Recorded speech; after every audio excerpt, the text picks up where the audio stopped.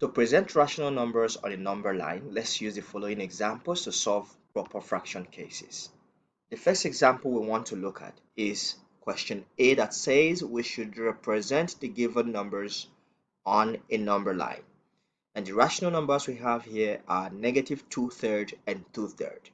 First, you begin by identifying your position 0 on your number line. The next thing to do is notice that both rational numbers you have here are lying between 0 and -1 and 0 and +1.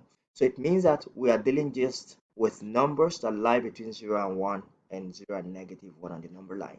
Next, since they have the same denominator of 3, divide each side into 3 equal parts like this. One part, two part, and the third part is 1. And on the left hand side, 1, 2, and 3. Since we've done that, now let's locate exactly the numbers on this number line. I will start by the positive side, 2/3. This stands for 1/3.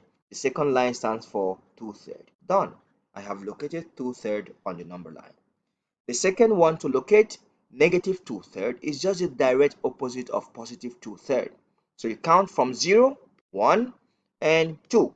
So this stands for negative 2/3 on the number line. Done. Second example. Here we are going to deal with the B question that has negative 3/5 and 8/10 on the number line. So locate your point 0. Secondly, notice that both numbers are also less than 1. So the positive side will lie between 0 and 1, while the negative side will lie between 0 and -1. But I'm going to simplify 8/10 so that our denominators will be the same as 5. So to do that, I'm going to divide 8/10 by 2 numerator and 2 also for the denominator. And when I do that, that is going to give me 4/5. So I will be working with negative 3/5 and 4/5.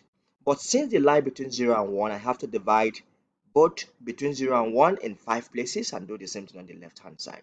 So I'll divide it exactly into 5 equal parts. 1, 2, 3, 4, 5. And on my left hand side, the same. 1, 2, 3, 4, and 5. Now to locate the rational numbers on the number line, all I need to do is do my counting.